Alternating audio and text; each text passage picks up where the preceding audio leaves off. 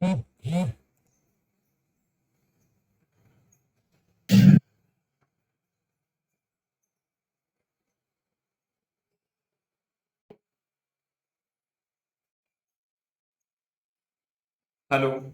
हाय।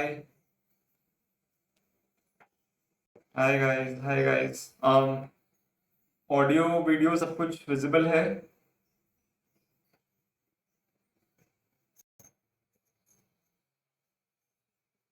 आप टेक्स्ट में good morning Aryan.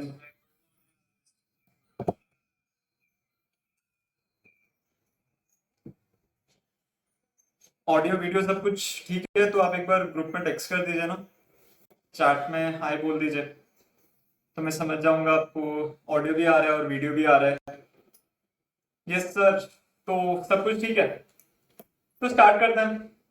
तो good morning friends, this is CA Sahil Jain और मैं आपका सीए फाउंडेशन इकोनॉमिक्स क्लास लेने वाला हूँ।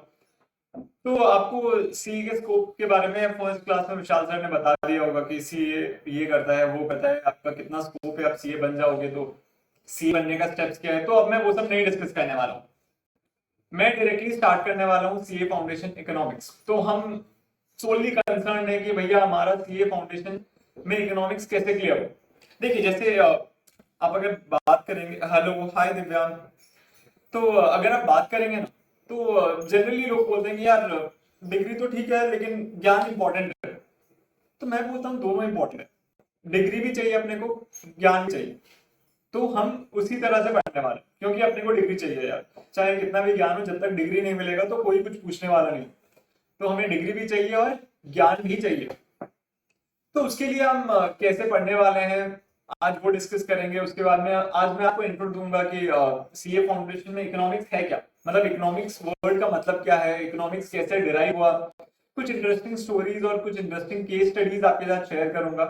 तो आज की क्लास कुल मिला के बहुत ज्यादा इंटरेस्टिंग होने वाली है। तो क्लास स्टार्ट करने से पहले मैं आपको बता दूं कि मैं कौन हूँ। मेरा नाम है सीए साहिल जैन।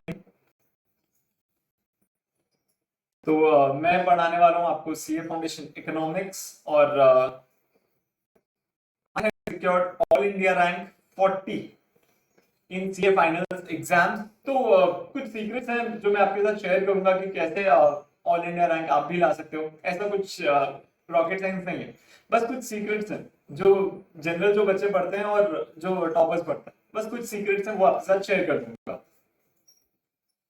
प्लस आप मैं आपको अपना नंबर दे देता हूँ, आप वो नंबर स्टोर कर लीजिएगा। इन केस आपका जब भी डाउट, क्लास से रिलेटेड हो, इकोनॉमिक्स से रिलेटेड हो या और कोई सब्जेक्ट से रिलेटेड हो, मैं आंसर तो नहीं कर पाऊंगा लेकिन मैं रेलेवेंट टीचर को फॉरवर्ड जरूर कर दूंगा। तो आप मेरा नंबर नोट कर लीजिए। आई बिलीव आपके पास होगा मेरा नंबर, बट स्टिल अगर नहीं है तो आप ये वाला नंबर सेव करके रख लीजिए। तो आपका जब भी डाउट हो, मैं प्रेफर करूंगा कि आप व्हाट्सएप में मुझे क्वेरी सेंड कर दें या फिर नॉर्मल टेक्स्ट में सेंड कर दें, वो ज्यादा बेटर होगा। बट स्टिल अगर ऐसा हुआ कि आपका व्हाट्सएप में क्वेरी रिजॉल्व नहीं हो पाया तो आप मुझे डायरेक्टली कॉल अप कर सकते हैं। एग्जाम से मतलब क्लास के दौरान, क्लास के बाद में, या फिर आपकी क्लासेस कंप्लीट हो गई उसके बाद में एग्जाम तक आप कभी भी कुछ भी डाउट, सीए फाउंडेशन से रिलेटेड कुछ भी डाउट आप मुझसे पूछ सकते हैं। या फिर कभी ऐसा लग रहा है कि यार नहीं आज पढ़ाई नहीं हो रही है, कुछ गाइडेंस चाहिए, तो भी आप मुझे रीच आउट कर सकते हैं। तो आप प्लीज ये नंबर सेव कर लीजिए ताकि हम हमारे बीच में ये कांटेक्ट हमेशा बना हुआ रहे।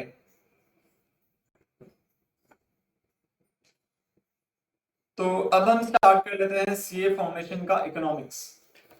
सबसे पहले मैं आपको एक छोटा सा इंट्रोडक्शन दे देता हूँ कि इकोनॉमिक्स सब्जेक्ट है क्या, कि एग्जाम में इकोनॉमिक्स पे क्या टेस्ट होगा। एक सेकंड बस। इकोनॉमिक्स 100 मार्क्स का पेपर है ये, और एमसीक्यू वाला पेपर है, मतलब सब्जेक्टिव। आपको एक क्वेश्चन दिया हुआ होगा, चार ऑप्शन दिए होंगे, आप आपको उसमें से जो भी करेक्ट लगता है उसको सर्कल करना है, मतलब डार्क कर, वो भी ओएमआर शीट में आपको वो पेंसिल से हाईलाइट करना है, बस इतना ही करना है आपको। तो 100 क्वेश्चन हैं, आपको 100 करेक्ट ऑप्शन चूज करने हैं, चार ऑप्शन में से एक ऑप्शन आपको चूज करना है। तो कुल मिला के इतना ही आपको इकोनॉमिक्स में करना है। अब इकोनॉमिक्स के सब्जेक्ट को मैं बताता हूं कि इकोनॉमिक्स के सब्जेक्ट को इंस्टीट्यूट ने कैसे डिवाइड कर रखा है। तो उन्होंने बोला कि इकोनॉमिक्स का सब्जेक्ट दो पार्ट से कंप्राइज करेगा। एक है हार्डकोर इकोनॉमिक्स और एक है BCK, business and commercial knowledge. BCK economics आपको 60 मार्क्स का आएगा और बीसीके 40 मार्क्स का आएगा। तो हम दोनों दोनों सब्जेक्ट्स यहाँ पे कवर करेंगे, इकोनॉमिक्स भी अच्छे से कवर करेंगे और बीसीके भी कवर करेंगे 40 मार्क्स की। इकोनॉमिक्स आप देखोगे तो जनरली इकोनॉमिक्स बहुत ज्यादा डिफिकल्ट नहीं है, बस कुछ कॉन्सेप्ट्स जो आपको समझने पड़ेंगे। और बीसीके जो है उसमें आपको करंट रेलेवेंट वर्ल्ड की सिचुएशन दिखाई देंगे कि अभी करंट वर्ल्ड में कैसा हो रहा है, आप कैसे अपनी पढ़ाई को बीसी के साथ मतलब करंट वर्ल्ड के साथ कनेक्ट कर सकते हैं। ये कनेक्शन है बीसी के। तो अगर आपको कनेक्शन चाहिए तो बीसी के उससे पहले आपको अपनी जो थ्योरीज जानी है वो है इकोनॉमिक्स। तो इकोनॉमिक्स प्लस बीसी के आपको एक बिजनेस एनवायरनमेंट का एक फीलर देती है कि बिजनेस एनवायरनमेंट कैसा लगता है। ये आपको इकोनॉमिक्स के पेपर में पता चल जाएगा। अब बात करते हैं कि हम पढ़ने कैसे वाले। हमारी स्टडी मेथोडोलॉजी,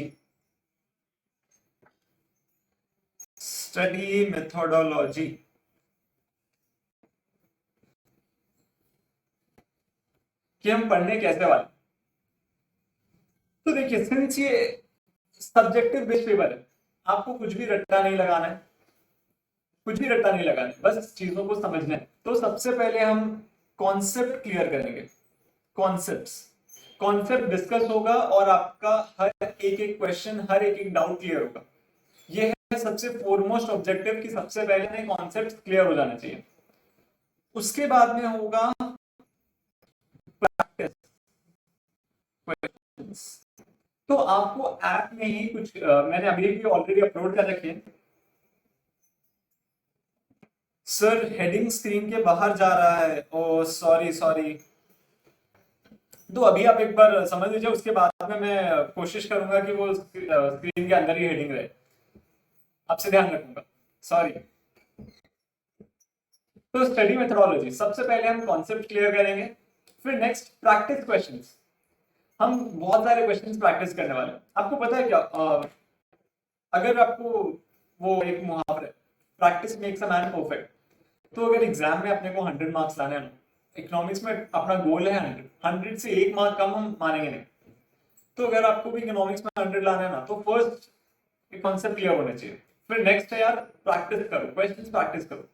और इसके लिए आपके पास ऑलरेडी हमने ऐप में ऑलरेडी क्वेश्चंस कुछ चैप्टर के डाल रखे हैं, तो आपको प्रैक्टिस कर सकते हैं और वो आपको तुरंत फटाफट अपना स्कोर बता देगा और आप अपने आंसर्स चेक कर सकते हो और उसका रीजन भी डाला हुआ है। तो आप चेक कर सकते हो कि यार अच्छा इसका आंसर ये होना चाहिए, इसका आंसर ये है क्योंकि। प्लस हम क्लास में भी डिस्कस करेंगे।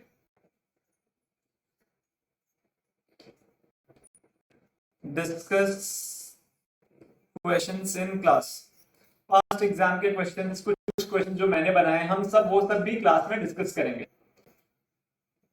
और इसके साथ ये तीनों तो एक साथ है, और उसके साथ सबसे इंपॉर्टेंट पार्ट है रिवीजन। अपने को बहुत सारा रिवीजन करना। आपको पता है कि ब्रेन की एक फंक्शनैलिटी है कि आप एक कॉन्सेप्ट पढ़ते हो, आपको वो वापस 15 डेज या 30 डेज के अंदर रिवाइज कर लेना चाहिए, नहीं तो ब्रेन भूलना चालू हो जाता है। वो अपने सबकॉन्शियस माइंड में डाल देता है कि यार अब इसको लगता है इसकी जरूरत नहीं है, इसको सबकॉन्शियस माइंड में डाल, फिर वहां से वापस रिट्रीव करना बड़ा मुश्किल हो जाता है। तो इसीलिए हम हर 15 से 30 डेज में आपको, मतलब मैं भी आपको गाइड करते रहूंगा कि कैसे रिवाइज करना है। प्लस हम क्लास में क्यूमुलेटिव रिवीजन करेंगे। क्यूमुलेटिव मतलब जैसे आज हम जो पढ़ने वाले हैं सेकेंड क्लास में उसको रिवाइज करेंगे, फिर थर्ड क्लास में फर्स्ट और सेकेंड क्लास का रिवीजन। ऐसे हम एक चैप्टर के लिए कंटिन्यू करेंगे, फिर वो चैप्टर जब एंड हो जाएगा उस चैप्टर के बाद में हम सिर्फ एक क्लास रखेंगे जिसमें हम पूरा उस चैप्टर को रिवाइज करने वाले हैं। फिर नेक्स्ट चैप्टर में हम वैसे ही स्टार्ट करने वाले हैं चैप्टर, जैसे समझ लीजिए हम चैप्टर 2 पढ़ते हैं, तो चैप्टर 2 के फर्स्ट क्लास में हमने जो पढ़ा हम सेकंड क्लास में वो रिवाइज करेंगे, थर्ड क्लास में जो पढ़ा फर्स्ट और सेकंड क्लास का वो रिवाइज करेंगे, फोर्थ क्लास में हम फर्स्ट सेकंड थर्ड का रिवाइज करेंगे। ऐसे करके समझ लीजिए हमने चैप्टर 2 में करीबन 15 क्लास लग गए। तो हम 16th क्लास में पूरा का पूरा चैप्टर 2 रिवाइज करेंगे। फिर चैप्टर 3 हम उसके नेक्स्ट क्लास में स्टार्ट करेंगे और उसमें भी वैसे ही क्यूमुलेटिव रिवीजन चलता जाएगा। ठीक, तो ये होने वाला है अपना स्टडी मेथोडोलॉजी। हम ऐसे पढ़ने वाले हैं, तब जाके भैया हम इंश्योर कर सकते हैं कि अपना इकोनॉमिक्स और बीसीके में 100 मार्क्स पक्का है। तो इतना ही इंट्रोडक्शन था कि आप मुझे जान लो और फिर हम कैसे पढ़ने वाले हैं, सब्जेक्ट के बारे में आप थोड़ा जान लो कि यार ये सब्जेक्ट है क्या। अब हम स्टार्ट करने वाले हैं आज की क्लास। तो अब इंट्रोडक्शन कंप्लीट हो गया। आपको ऑलरेडी मैं वापस वो नहीं बताने वाला हूँ कि सीए क्यों करना चाहिए। भाई आप सोच क्या है कि यार सीए करना है कुछ तोड़ फोड़ देना, और आपको ऑलरेडी फर्स्ट क्लास में विशाल सर ने बता दिया है कि सीए क्या करते हैं, कैसे करते हैं, क्यों करते हैं, अपना स्कोप क्या है, आप कितना कमा सकते हो, वो सब कुछ आपको ऑलरेडी पता है। तो अब उसके नेक्स्ट स्टेप में चलते हैं, और अभी सीए ड्रीम को अचीव कैसे करना है उसके लिए आज आपकी ये फर्स्ट क्लास है। तो स्टार्ट करते हैं। इकोनॉमिक्स होता क्या है? हमारा फर्स्ट ऑब्जेक्टिव है जानना कि भैया इकोनॉमिक्स होता क्या है और ये इकोनॉमिक्स आया कहां से। आपको और एक बार बता दूं, ये पूरी इकोनॉमिक्स की क्लास में ना स्टोरीज भर के, तो जैसे आपको स्टोरीज अच्छे लगते थे ना जब हम छोटे बच्चे थे, तो हमें लगता था कि हाँ यार स्टोरी सुना रहे हैं, दादी मम्मी कोई भी स्टोरी सुनाते तो हमें बहुत अच्छा लगता था। तो वैसे ही पूरा इकोनॉमिक्स का सिलेबस ना स्टोरी से ही भरा हुआ है। आप स्टोरीज से सारे कॉन्सेप्ट्स कवर कर लेंगे, मतलब एकदम सारे कॉन्सेप्ट्स कवर्ड, लेकिन आपको अच्छे से ध्यान से उस स्टोरी को सुनना है। वो एकदम जो आप वैसे फेरी टेल सुनते थे वैसी स्टोरी नहीं होने वाली है, थोड़ी मॉडर्न स्टोरीज होने वाली है। तो सबसे पहले आपको इंट्रोडक्शन बताते हैं कि इकोनॉमिक्स आया कहां से, ये इकोनॉमिक्स स्टार्ट कहां से हुआ। तो बात है ये यूके की 1700s की, यूके थे 1700s की ये बात है। उस समय पे यूके में ना बहुत फार्म्स थे, फार्म लैंड है। आप मेरे ड्राइंग पे मत जाइएगा, थोड़ी खराब ड्राइंग है। तो ये यूके में फार्म लैंड है और ये बहुत सारे फार्मर्स थे, और यूके में ना वो लोग फूड ग्रेन्स क्रॉप्स ये सब उगाते थे, जैसे राइस हो गया, व्हीट हो गया, ये सब बहुत प्रोड्यूस करते थे, बहुत ज्यादा। जितनी लैंड थी सब पे राइस व्हीट सब कुछ प्रोड्यूस, ये सब खाने पीने के सामान प्रोड्यूस करते थे। और यूके में उस टाइम महारानी ने स्टार्ट किया वाइस रॉय वाले सिस्टम, मतलब कि ये जो वाइस रॉय होते हैं ये मैनेज करेंगे अपने टेरिटरी में कि लोग क्या उगा रहे हैं, उनको टैक्स दे रहे हैं, ये सब चीज मैनेज करते थे। तो वैसे ही एक वाइस रॉय थे, वो वाइस रॉय ना उनको कुछ साल यूके से बाहर भेजा गया था, कुछ साल उनको यूके से बाहर भेजा गया था। तो देश का भ्रमण मतलब पूरे वर्ल्ड का भ्रमण कर रहे थे। तब उन्होंने एक चीज नोटिस की, उन्होंने एक चीज नोटिस की कि जो कंट्रीज, यूके में सालों भर सर्दी पड़ती है, साल भर सर्दी पड़ती है। उन्होंने एक चीज नोटिस की कि बाहर कंट्रीज जहां पे सीजनल सर्दी पड़ती है, जैसे इंडिया में 4 महीने 5 महीने सर्दी पड़ती है, उतनी पड़ती है ना। तो उन्होंने एक चीज नोटिस की, यार हमारे यहाँ पे यूके में वूल जो होता है ना, शीप्स के वूल जो होते हैं, जो जिससे वो स्वेटर वगैरह बनते हैं, उसकी यार वैल्यू नहीं। लेकिन आप अगर देखोगे जहां पे सीजनल सर्दी पड़ती है, जहां पे बहुत ज्यादा सर्दी नहीं पड़ती है, मतलब या फिर साल भर सर्दी नहीं पड़ती है, कुछ महीने ही अच्छी सर्दी पड़ती है, वहां पे वूल का डिमांड बहुत ज्यादा है और वैल्यू बहुत ज्यादा, मतलब यूके से 100 गुना लोग पैसा देने को तैयार है अच्छी क्वालिटी वूल के लिए। तो इन वॉइसरॉय ने दिमाग लगाया कि यार अगर पैसे कमाने ना, तो यार ये सब फूड ग्रेन उगाने से पैसा नहीं कमाया जाएगा, फूड ग्रेन हम और कहीं से मंगवा लेंगे। पैसा कमाना है तो सबसे बेस्ट अपॉर्चुनिटी है कि अपना यहाँ पे वूल बनाओ, क्योंकि हमारे यहाँ पे यार सर्दी सालों भर पड़ती है, तो वूल सालों भर बन सकती है। वूल सालों भर बनाओ और एकदम एक्सपोर्ट करो, धूम पैसा होगा। तो सब खुश हो गए कि यार वाइसरॉय ने अपने प्लान सबको बताया। तो उन्होंने फार्मर्स को भी बोला कि यार आप एक काम करो, आप भी वूल उगाना चालू कर दो, आपको भी अच्छा पैसा मिलेगा। तो फार्मर्स, अब पता है हर्ड मेंटालिटी होती है, तो फार्मर्स में भी हर्ड मेंटालिटी थी। उन्होंने बोला कि नहीं, हमें ये सब रिस्क नहीं लेना है, हम खुश हैं, फूड ग्रेन से खुश हैं, हमें खाने को मिलता है, पैसा मिलता है, हम इतने से खुश हैं, हमें और ज्यादा लोग नहीं, लेकिन वाइसरॉय तो लोग था। तो उन्होंने क्या किया, अपने टेरिटरी में जबरदस्ती बोला कि यार एक ही ऑप्शन है आपके पास, या तो ये जमीन मुझे दे दो, या फिर उसमें शीप रियरिंग करो। शीप रियरिंग मतलब वो भेड़ बकरी उगाओ जिससे हम वूल कट कर सकते हैं। आपके पास एक ही ऑप्शन है, या तो ये जमीन मुझे दे दो या फिर भेड़ बकरी उगाना चालू कर दो। तो अब फार्मर्स बेचारे क्या करते हैं ऑपरेशन के मारे। तो वाइसरॉय ने ये रूल लागू कर दिया, तो ऑटोमेटिकली सबको ये सब बंद करके शीप रियरिंग का बिजनेस स्टार्ट करना पड़ा। शीप रियरिंग ऐसे रूल्स बनाते थे, ड्राइंग पे मत जाइएगा प्लीज। तो उन्होंने शीप रियरिंग का बिजनेस स्टार्ट कर दिया। अब वाइसरॉय इतना में रुके नहीं, बहुत अच्छा प्रॉफिट आने लगा, शीप रियर कर रहे थे, वूल से एकदम मस्त एक्सपोर्ट कर रहे थे वूल को। तो प्रॉफिट सारा वाइसरॉय ही खा जा रहे थे, फार्मर्स में भी बांटना पड़ रहा था। अब वो जो फार्मर्स में बांटना पड़ रहा था ना, वो उन्हें हट रहा कि यार दिमाग मेरा, ये तो बेचारे क्या ही कर रहे हैं, सिर्फ जमीन पे उन वूल्स को रख लिए, उसका पैसा मांग रहे। तो उन्होंने बोला यार ये अच्छी बात नहीं है, ये अपने को समझ में नहीं आ, ये फार्मर्स यार कमा रहे, दिल में दर्द हो रहा है। तो वाइस प्रेसिडेंट ने बोला कि सुनिए सुनिए, आप ये जो काम कर रहे हैं ना, ये सर स्क्रीन के बाहर जा रहा है हेडिंग, अभी तो कुछ हेडिंग वेडिंग नहीं है। अच्छा ठीक है। तो उन्होंने बोला कि यार ये आप अच्छा नहीं कर रहे। उन्होंने बोला कि जो लैंड आप यूज कर रहे हो ना, हम इतना से संतुष्ट नहीं है, इस लैंड पे आपको रेंट देना पड़ेगा। मतलब फार्मर की ही लैंड। अब वाइसरॉय ने बोल दिया कि भैया आपको इस लैंड को मुझे रेंट देना पड़ेगा, इस लैंड का रेंट आप मुझे दोगे, मतलब सरकार को दोगे। तो फार्मर्स अचानक, मतलब सोचिए, अपने ही लैंड से उन्हें बाहर निकाल दिया गया है, वो अपने फूड ग्रेन्स मतलब ग्रो नहीं कर सकते हैं, और उनको उसके ऊपर रेंट भी देना है। लो यार क्या भारी है ये चीज। तो यहां से रिवोल्यूशन स्टार्ट हुआ। एक मिनट मैं स्क्रीन इरेज कर रहा हूं। यहां से एक रिवोल्ट या रिवोल्यूशन स्टार्ट। क्या रिवोल्यूशन था? रिवोल्यूशन ये था कि फार्मर्स ने अपना कॉस्ट ऑफ प्रोडक्शन जितना कम होना सका कम किया। अपना कॉस्ट ऑफ प्रोडक्शन को जितना कम कर सकते थे, मतलब अगर 100 रुपए की चीज को 5 रुपए में कैसे करना है, उन्होंने सब कोशिश कर लिया।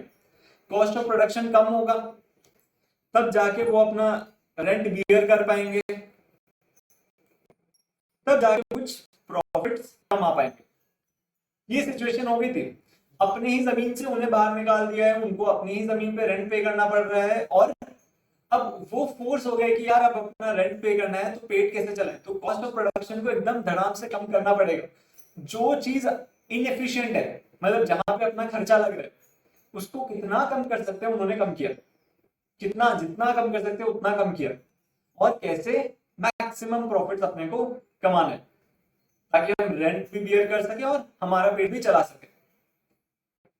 और ये सारी सिचुएशन को एक फिलोसोफर, ये सब सिचुएशन जो हो रहा था ना, इसको एक फिलोसोफर एकदम दूर से ऑब्जर्व कर रहा था। एक फिलोसोफर एकदम दूर से इस सारी चीजों को होते हुए ऑब्जर्व कर रहा था। ये उनकी निगाहें हैं और ये सब कुछ उनको दिख रहा है, और इनका नाम था Adam Smith, the father of economics. Actual में ये थे फिलोसोफर, जो ज्ञान की बातें करते हैं वही। हाँ, इकोनॉमिक्स में आप देखना, सिर्फ जो ज्ञान की बातें कर सकते हैं वही आते हैं।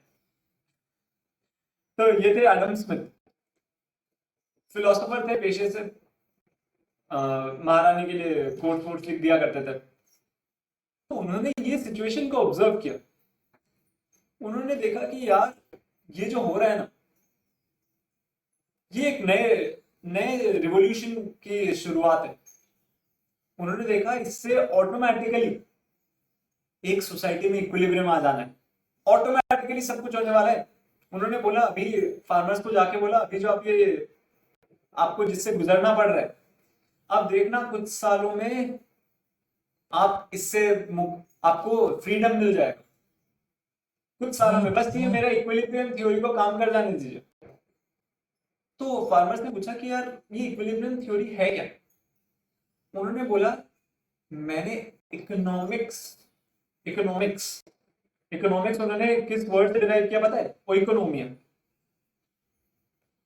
उन्होंने बोला इकोनॉमिक्स,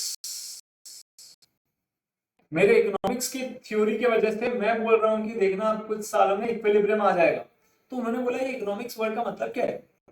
उन्होंने बोला इकोनॉमिक्स मैंने ओइकोनोमिया वर्ड से निकाला है। ओइकोनोमिया, क्या वर्ड बोला मैंने? ओइकोनोमिया, वहां से इकोनॉमिक्स निकाला है मैंने। अब मैं अपना थ्योरी ऑफ इक्विलिब्रियम बताता हूं आपको, कि सुनिएगा, एकदम गौर से सुनिएगा। फर्स्ट बार एडम स्मिथ ने फार्मर्स को बताया था कि थ्योरी ऑफ इक्विलिब्रियम क्या है। आज तक हम वही पढ़ रहे हैं, उसका मॉडर्न अप्रोच पढ़ रहे हैं बस, लेकिन कॉन्सेप्ट वही है। तो आज ये वाली चीज समझ लीजिएगा, और कोई से भी पूछ लीजिएगा कि यार थ्योरी ऑफ इक्विलिब्रियम है क्या। सर प्लीज थोड़ा नीचे लिखिए, सॉरी सॉरी सॉरी, हाँ हाँ, अब से मैं ध्यान रखूंगा, पक्का पक्का। एक बार इसको वापस नोट कर देता हूँ नीचे। इकोनॉमिक्स आया है, इकोनोमिया, ठीक है। एक सेकंड बस, एक सेकंड।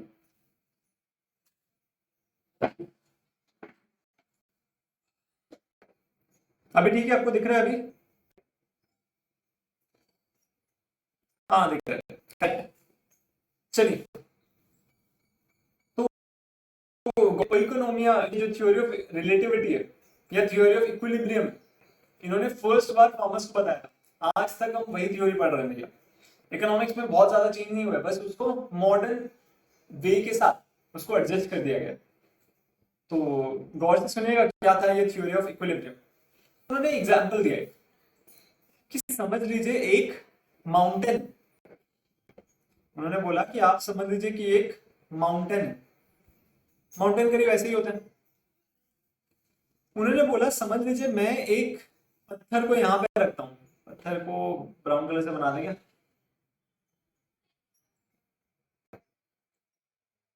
ये रहा ब्राउन कलर।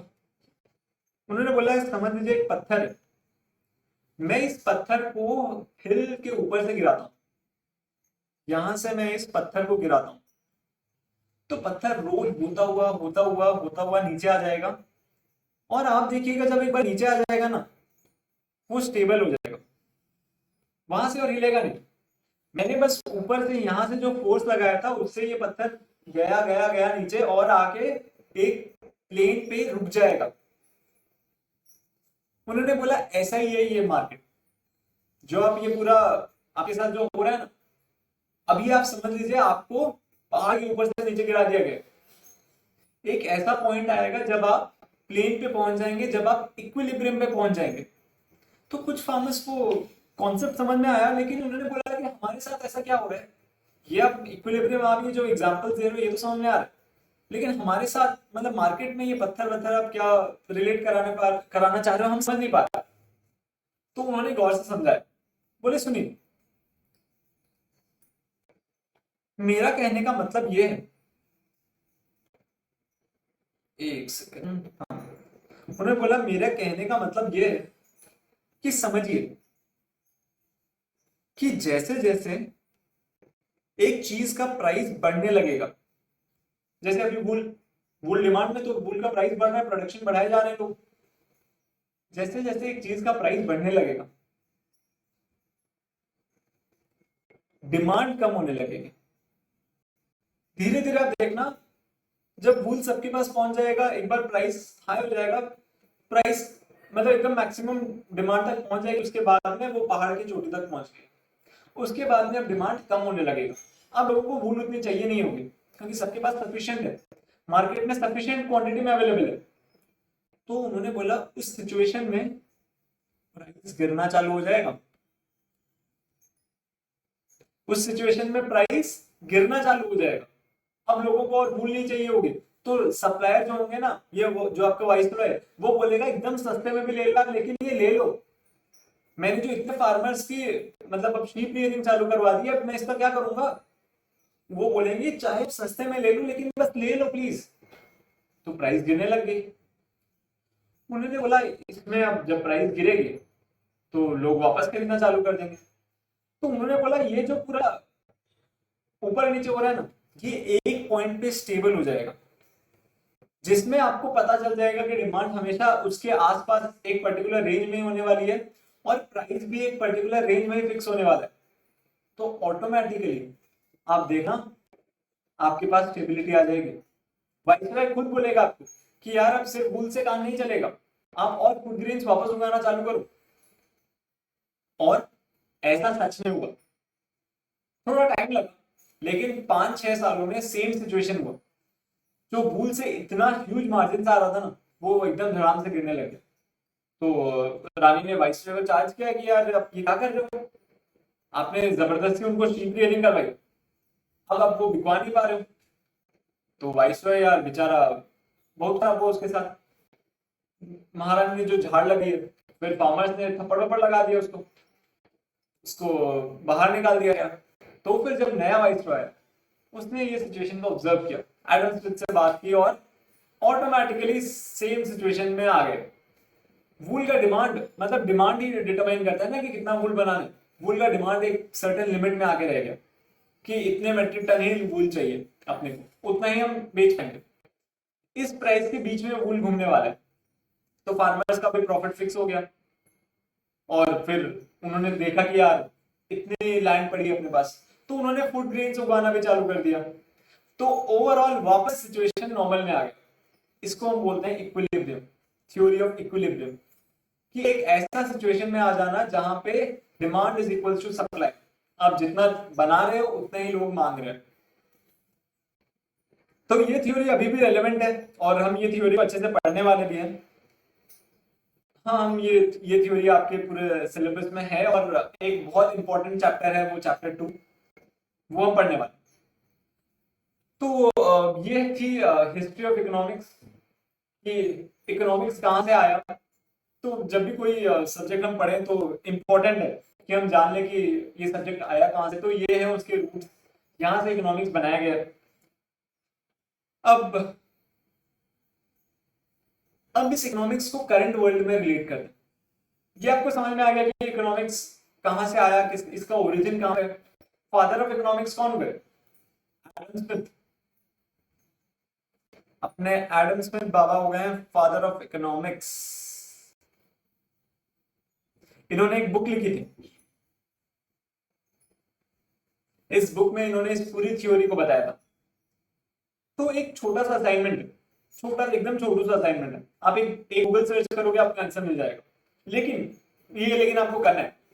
एडम स्मिथ ने ये बुक लिखी थी जिसमें उन्होंने बताया था कि ये इकोनॉमिक्स क्या है और कैसे है। उन्होंने एक बुक में सब कुछ बताया था। आपको उस बुक का नाम खोजना है, एक गूगल सर्च में आपको मिल जाएगा, लेकिन आपको उसका बुक का नाम खोजना है और नेक्स्ट क्लास में आपको बताना है। आप अपने नोटबुक में नोट करके रख लीजिएगा, आपको नेक्स्ट क्लास में बता देना। ठीक है, आपको ध्यान रहेगा। चलिए, तो अब नेक्स्ट कॉन्सेप्ट की तरफ चलते हैं। अच्छा, नेक्स्ट कॉन्सेप्ट से पहले यार एक बात बस आपको बतानी है, वो बता देता हूँ। आप एक नोटबुक मेंटेन करेंगे इकोनॉमिक्स के लिए, आप एक नोटबुक मेंटेन करेंगे इकोनॉमिक्स के लिए। बहुत ज्यादा पेजेस यूज नहीं होने वाले हैं, मैक्सिमम 100-120 पेजेस ही यूज होने वाले हैं। आपको कलर बुक दी जाएगी, जैसे ही लॉगइन खुलता है आपको आपकी बुक्स मिल जाएगी। आप मतलब जब भी रजिस्टर कर लेते हैं आपकी बुक्स यहाँ से डिस्पैच हो जाएगी हमारे सेंटर से, तो आपको कलर बुक दी जाएगी। हम पढ़ने वाले कैसे, मैं आपको बुक में बहुत सारी फ्री स्पेस दी हुई है। आप ऐप में चेक करेंगे तो मैंने बुक का एक सैंपल भी अपलोड कर दिया। चैप्टर 2 मैंने पूरा अपलोड कर दिया है उस ऐप में। तो आप वहां पे चेक कर सकते हैं कि बुक कैसी दिखने वाली है। तो वहां पे बहुत सारे स्पेस दिया हुआ है, तो आपको पेन से बुक में लिखना पड़ेगा। प्लस नोटबुक में हम बहुत सारा मटेरियल्स मतलब नोट्स बनाने वाले हैं जो आपके रिविजन में हेल्प करने वाले हैं। और हम हर क्लास मतलब हर चैप्टर के एंड में एक समरी समरी चार्ट बना लेने वाले हैं। तो आप चेक करोगे मतलब आप देखना। तो शुभम मोदी ने बुक का नाम भी बता दिया यार, आप इतना जल्दी आंसर दे दोगे तो कैसे होगा। आपने इतना जल्दी आंसर दे दिया। अरे यार, मैंने सोचा था कि आपको थोड़ा टाइम लगेगा, आपको खोजना पड़ेगा। आपने तो बुक का नाम ही बता दिया। तो हाँ, वही है बुक का नाम, द वेल्थ ऑफ नेशंस। अच्छा, अब यहाँ पे हाँ, तो कलर बुक आपको दी जाएगी। आपको बुक को गंदा करना है, एकदम अच्छे से बुक को गंदा करना है। अगर इनकेस आपके पास स्टिकी नोट्स अवेलेबल हैं, अगर नहीं है तो भी कोई इशू नहीं है। स्टिकी नोट्स अवेलेबल हैं तो कई कई जगह आपको हो सकता है कि वो स्टिकी नोट्स चिपकाने पड़े, बट अगर नहीं है तो भी आप मैनेज कर पाओगे, क्योंकि बहुत सारा स्पेस मैंने ऑलरेडी दे रखा है बुक में। नोटबुक में आप नोट्स बनाने वाले हो। समरी चार्ट आपको हर चैप्टर के एंड में हम बनाएंगे, एक समरी चार्ट, जिससे इंश्योर होगा कि आप पूरा का पूरा chapter not more than 10 minutes, 10 minute के अंदर अंदर पूरा चैप्टर रिवाइज कर सकते हो। सोच लो, 10 मिनट के अंदर अंदर एक इकोनॉमिक्स का पूरा चैप्टर रिवाइज हो जाएगा। और ये बुक, ये जो कलर बुक है, इसमें सिर्फ और सिर्फ इकोनॉमिक्स है। बीसीके के लिए, बिजनेस एंड कमर्शियल नॉलेज के लिए हम नोट्स क्लास में बनाएंगे। क्लास नोट्स होंगे, प्लस कुछ मटेरियल जो मैं आपको, मटेरियल हैंडआउट्स है जो मैं आपको दूंगा। कुछ मटेरियल हैंडआउट्स है जो मैं आपको आपके साथ शेयर करने वाला हूं। तो ये होने वाला है। और आपको और एक ग्राफ कॉपी बनानी है, एक ग्राफ कॉपी। तो एक बार लॉकडाउन खुल जाए, आप ग्राफ कॉपी प्लीज अरेंज कर लीजिएगा, क्योंकि आपको एक ग्राफ कॉपी चाहिए होगी। एक नोटबुक, आपको एकदम फ्रेश नोटबुक रखना। एक नोटबुक आपको चाहिए होगी। कलर बुक मैं आपको प्रोवाइड करूंगा। क्लास नोट्स हम बीसीके के लिए हम क्लास में बनाएंगे, प्लस मटेरियल हैंडआउट आपको ओवर द टाइम मिल जाएंगे। जब बीसीके के लिए हम पढ़ेंगे तब आपको मटेरियल हैंडआउट भी मिल जाएंगे। तो ठीक है, अब इसके साथ हम कंटिन्यू करते हैं। चलिए आ जाइए। तो अभी तक हमने पढ़ा था कि ओरिजिन क्या है इकोनॉमिक्स का, कि इकोनॉमिक्स कहां से आया, और इकोनॉमिक्स के फादर कौन है, और इकोनॉमिक्स का बेस वर्ड क्या है, कि इकोनॉमिक्स कौन से वर्ड से डिराइव किया गया था। क्या वर्ड था वो? ओइकोनोमिया। जोर से बोलेंगे। हाँ, मुझे सुनाई दे रहा है आंसर। वर्ड का नाम है ओइकोनोमिया। ठीक। तो अब इस इकोनॉमिक्स को करंट वर्ल्ड के साथ कनेक्ट करते हैं। अभी करंट के सिचुएशन के साथ इकोनॉमिक्स को कनेक्ट करते हैं कि इकोनॉमिक्स ओवर तक, ये तो एकदम 1700 की बात है। अब ये इकोनॉमिक्स 2000 ईयर 2021 में कहां तक पहुंच गए, और अब इकोनॉमिक्स क्या मीन करता है। उस टाइम इकोनॉमिक्स क्या मीन करता था? इकोनॉमिक्स का सोल ऑब्जेक्टिव यही था कि भैया हम थ्योरी ऑफ इक्विलिब्रियम में पहुंच जाए। अब इकोनॉमिक्स सिर्फ थ्योरी ऑफ इक्विलिब्रियम से चेंज नहीं होता, सिर्फ थ्योरी ऑफ इक्विलिब्रियम एक छोटा सा पार्ट है। अभी इकोनॉमिक्स में बहुत सारे कॉन्सेप्ट डाल दिए गए। अगर आप कभी आपको मौका लगे वेल्थ ऑफ नेशंस पढ़ेगा, तो आप देखना कि यार ये तो बेसिक चीजें हो गई है। उन्होंने जो वेल्थ ऑफ नेशंस में उस टाइम के लिए बहुत बड़ी बात थी, अब तो ये बेसिक चीजें हो गई। अब इकोनॉमिक्स बहुत ज्यादा इवॉल्व हो गया है as according to the current circumstances. तो अब ये समझाने के लिए मैं आपको और एक छोटा सा एग्जांपल लेता हूं, छोटा सा एग्जांपल आपके लिए।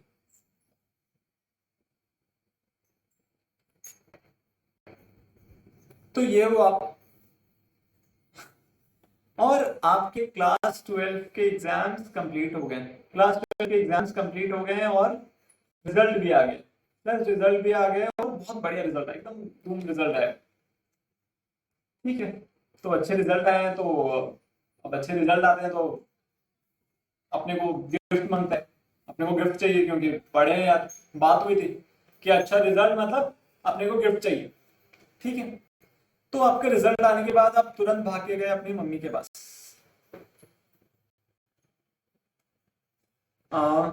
चलिए नाम रख देते हैं चिंटू।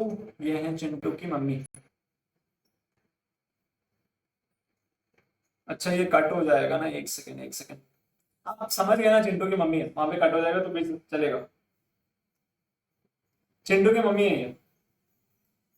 तो एग्जाम आया, रिजल्ट आया तुरंत, तो चिंटू भाग के गया यार मम्मी रिजल्ट आ गया एकदम बहुत बढ़िया रिजल्ट किया मैंने, आपने प्रॉमिस किया था कि यार मुझे गिफ्ट दोगे, तो दीजिए मुझे अभी गिफ्ट दीजिए अपना मेरा। तो मम्मी ने क्या किया, चिंटू को एक 500 का नोट निकाल के दिया, बोला कि हाँ राजा बेटा है मेरा, बहुत बढ़िया रिजल्ट लाया तूने, ये ले 500।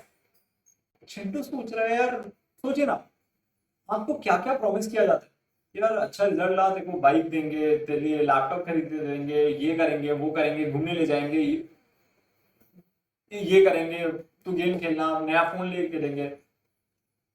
चिंटू बोल रहे हैं यार मम्मी आपने इतनी चीजें प्रॉमिस की थी, 500 रुपए दे रहे हो मुझे।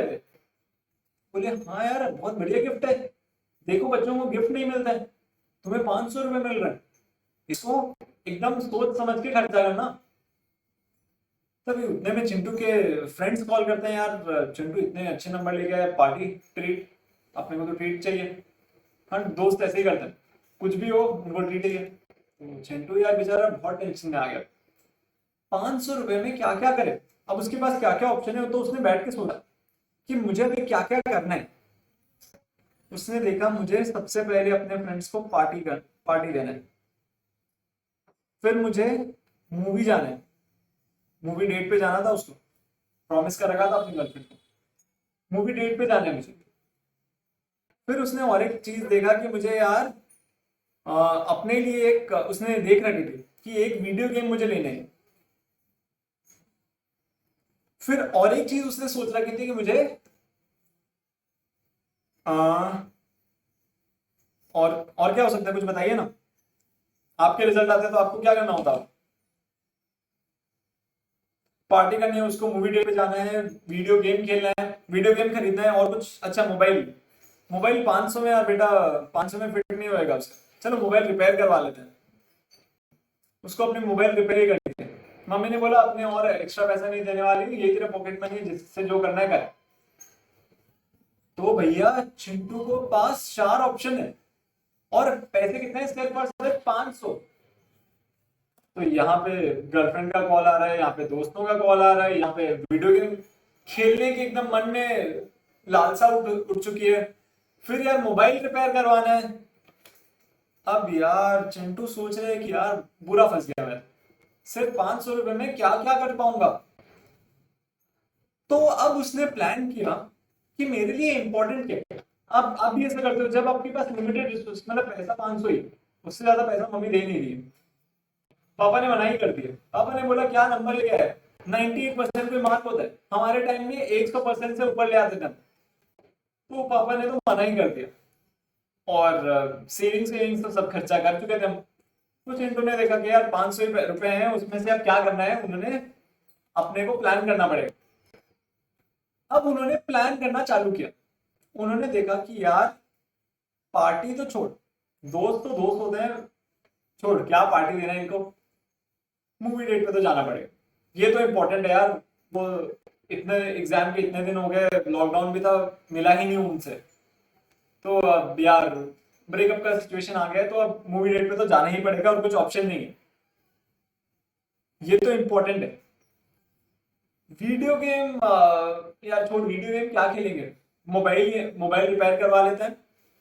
मोबाइल रिपेयर में मस्त पबजी आने वाला है वापस, मतलब बैटल ग्राउंड, वो इंस्टॉल करेंगे, वो अपना वीडियो गेम ही है। उन्होंने बोला ये भी नहीं करना है, ये करेंगे। तो उन्होंने अपने रैंक ऑफ ऑर्डर से अरेंज किया कि 500 को मैं कैसे यूटिलाइज करने वाला हूं। उन्होंने बोला सबसे पहले अपने मूवी डेट में जाएंगे, उसके बाद में आप अपने मोबाइल रिपेयर करवाएंगे, मूवी डेट पे जाएंगे मतलब पॉपकॉर्न वॉपकॉर्न नहीं खाएंगे, 500 रुपए ऐसे गायब हो जाएंगे, 50-50 रुपए की टिकट लेंगे, एकदम लास्ट कॉर्नर वाली सीट में बैठेंगे, मूवी देखेंगे, फटाफट आ जाएंगे। पॉपकॉर्न वॉपकॉर्न का याद नहीं दिलाना, अपने पास उतना ही पैसा, मोबाइल रिपेयर करवाना है। अगर मौका लगा, समझ लो अगर कुछ बच गए या और कहीं से पैसे आ गए, तो चांस है कि मैं वीडियो गेम खरीद लूंगा, चांस है कि मैं वीडियो गेम खरीद लूंगा। और उसके बाद में भी अगर कुछ और पैसे आ गए या और कुछ ऑप्शन बच गया, तो भैया इन दोस्तों को भी पार्टी दे दूंगा, तब से रोते रहते हैं, इनको पार्टी दे दूंगा। तो उन्होंने ऑर्डर फ्रैंक कर लिया, मतलब अपने बेसिस से अपने हिसाब से रैंक कर लिया कि मैं इस 500 को कैसे यूज करने वाला हूं। मेजॉरिटी अगर मैं मूवी डेट और मोबाइल रिपेयर में ही यूज कर लूंगा, और कहीं से पैसे आ गए या कुछ पैसे बच गए तो वीडियो गेम में जाऊंगा, और भी अगर कुछ पैसे बच गए तो पार्टी करूंगा, नहीं तो नहीं। उन्होंने रैंक कर लिया कि मेरा सबसे पहला प्रेफरेंस है कि भैया मूवी डेट में जाना है। वहां पे सब खर्चे हो गए तो भी चलेगा, क्योंकि अपना ऑप्शन तो वही है, सबसे फर्स्ट फॉरमोस्ट ऑप्शन मैंने वही लगाया। तो इकोनॉमिक्स ने बोला, मम्मी ने, यहाँ पे तो मम्मी जी ने बोल दिया, मम्मी जी सब जानती है, तो उन्होंने बोला कि यार देखो, मैं इससे, चिंटू सुनो यहाँ पे, मैं तुम्हें दो चीजें बता सकती हूँ। उन्होंने बोला कि मैं तुझे एक लाइफ की लेसन, एक लाइफ का लेसन पढ़ा रही हूँ तुझे, कि हमारे पास लिमिटेड रिसोर्सेस होते हैं। पैसे लिमिटेड है ना, यहाँ पे 500 रुपए ही उनके पास। लाइफ में हमेशा हमारे पास लिमिटेड रिसोर्सेज होते हैं, लेकिन हमारे जो वांट्स होते हैं ना, वो अनलिमिटेड होते हैं। अनलिमिटेड वांट्स, अनलिमिटेड वांट्स, हमारे जो वांट्स होते हैं वो अनलिमिटेड होते हैं। लिमिटेड रिसोर्सेज होते हैं हमारे पास, लेकिन हमारे वांट्स हैं अनलिमिटेड। तो उन्होंने बोला कि यार चिंटू बेटा, इकोनॉमिक्स का एक कॉन्सेप्ट है। क्या कॉन्सेप्ट है इकोनॉमिक्स का? ये इकोनॉमिक्स बोलता है कि आपके पास जो लिमिटेड रिसोर्सेज हैं, आप उनसे, उनको कैसे यूज करते हो सो दैट आपके पास मैक्सिमम सेटिस्फैक्शन आए, सो दैट आपके पास मैक्सिमम सेटिस्फैक्शन आए, मैक्सिमम सेटिस्फैक्शन आए। उन्होंने बोला इसी को हम बोलते हैं इकोनॉमिक्स, इसी को हम बोलते हैं इकोनॉमिक्स। तो आप, आपके पास नोटबुक है तो फटाफट आप एक काम करेंगे, आप ये पूरे चार्ट को ड्रॉ करेंगे फटाफट अपने नोटबुक में। अगर आपके पास कलर पेन्स हैं तो आप कलर पेन्स भी यूज कर सकते हैं, मतलब 2-3 कलर के पेन यूज कर लिए ताकि चीजों को डिफरेंशिएट कर सकें, लेकिन फटाफट आप इसको ड्रॉ करने वाले हैं, जितना जल्दी कर सकते हैं, और फटाफट वहां पे टेक्स्ट कर दीजिए कि हाँ ड्राइंग हो गई। अपने मेजॉरिटी नोट्स ऐसे ही बनने वाले, हम डायग्राम ड्रॉ करेंगे, पिक्टोरियल लगना चाहिए ना, और इसका टेंशन भी बहुत ज्यादा होता है। आप अब कभी नहीं भूलने वाले हो कि इकोनॉमिक्स का मतलब क्या होता है। तो फटाफट नोट कर लीजिए, और नोट करने के बाद में ग्रुप में सिर्फ एक ओके टेक्स्ट कर दीजिए।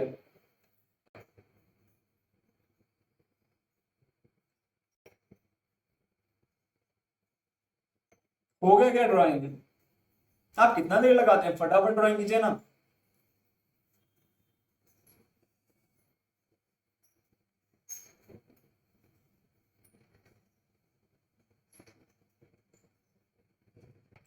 ओके सर, और भी भैया सब बता दीजिए जल्दी।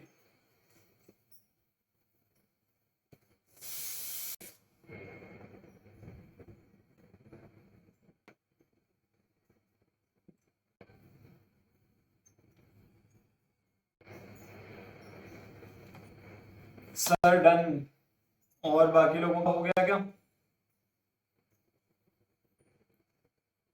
चलिए मैं रेस कर रहा हूं, मैं मान रहा हूं कि आप सब ने भी ड्रॉ कर लिया है। कोशिश कीजिए यार फटाफट ड्रॉ करने का। हो जाना, मैं रेस कर दूं इसको अब। चलिए मैं कर रहा हूँ इसको रेस। Clear canvas. चलिए, अब उसके नीचे आपको एक सेंटेंस है, बस वो लिखना है, तो लिख लीजिए इकोनॉमिक्स है क्या? Economics is the art of attaining maximum satisfaction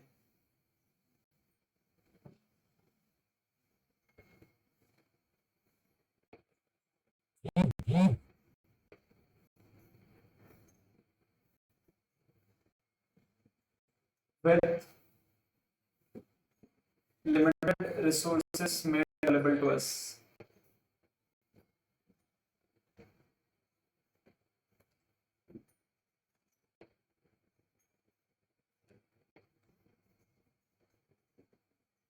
Amongst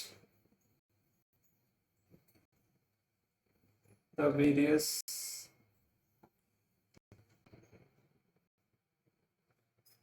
wants of ours। तो इकोनॉमिक्स क्या है? इकोनॉमिक्स एक कला है कि आप कैसे अपने आप के लिए मैक्सिमम सेटिस्फैक्शन डिराइव करते हैं। जब आपके पास लिमिटेड रिसोर्सेस हैं और उसके अगेंस्ट आपको बहुत सारे वांट चाहिए, तो 3 वर्ड्स आपको इसमें हाईलाइट करने हैं या फिर अंडरलाइन करना है। Maximum satisfaction, limited resources, various wants. अगर आपने नहीं लिखा है तो आप वेरियस की जगह अनलिमिटेड भी लिख सकते हैं। अनलिमिटेड लिखेंगे तो भी चलेगा, या फिर अनलिमिटेड ज्यादा बेटर होगा।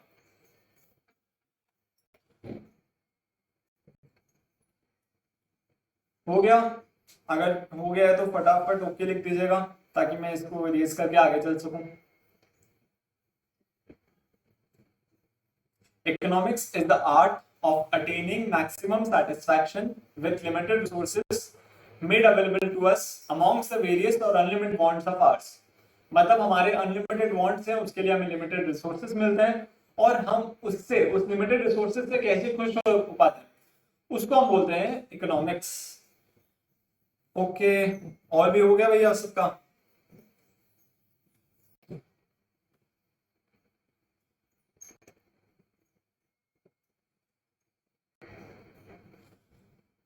फटाफट ओके बता दीजिए भैया। ओके ओके ओके, चलिए तो अब इसको इरेज कर देते हैं। लेकिन ये तो मैंने आपको यार बिजनेस की जगह पे तो कहीं नहीं अप्लाई कराया, ये तो आपने सर पर्सनल लाइफ में अप्लाई करवा दिया। ये तो आपने पर्सनल लाइफ पे अप्लाई करवा दिया। पर्सनल लाइफ आप कहाँ बिजनेस पढ़ा रहे थे, कहाँ पर्सनल लाइफ में अप्लाई करवाने लग गए? तो भैया इकोनॉमिक सब्जेक्ट ही ऐसा है, पर्सनल लाइफ में भी अप्लाई होगा, बिजनेस में भी अप्लाई होगा। अब इसी सेम चीज को आपने जो भी देखा ना इकोनॉमिक्स, अब इसी सेम चीज को हम देखेंगे कैसे बिजनेस में अप्लाई होता है। तो जनरली मतलब मैंने जैसे लास्ट सेशन था उसमें मैंने एग्जांपल लिया था बाबा रामदेव जी। तो अभी ट्रेंडिंग में है बाबा जी, वो चल रहे हैं ना उनके ऊपर अरेस्ट बाबा जी। तो उन्होंने बोला कि किसी का दम नहीं है मुझे अरेस्ट करने का। तो चलिए उन पे एग्जांपल ले लेते हैं, और उनके एग्जाम और उनके जो एड्स भी वो भी धमाकेदार होता है। तो ये बाबा जी,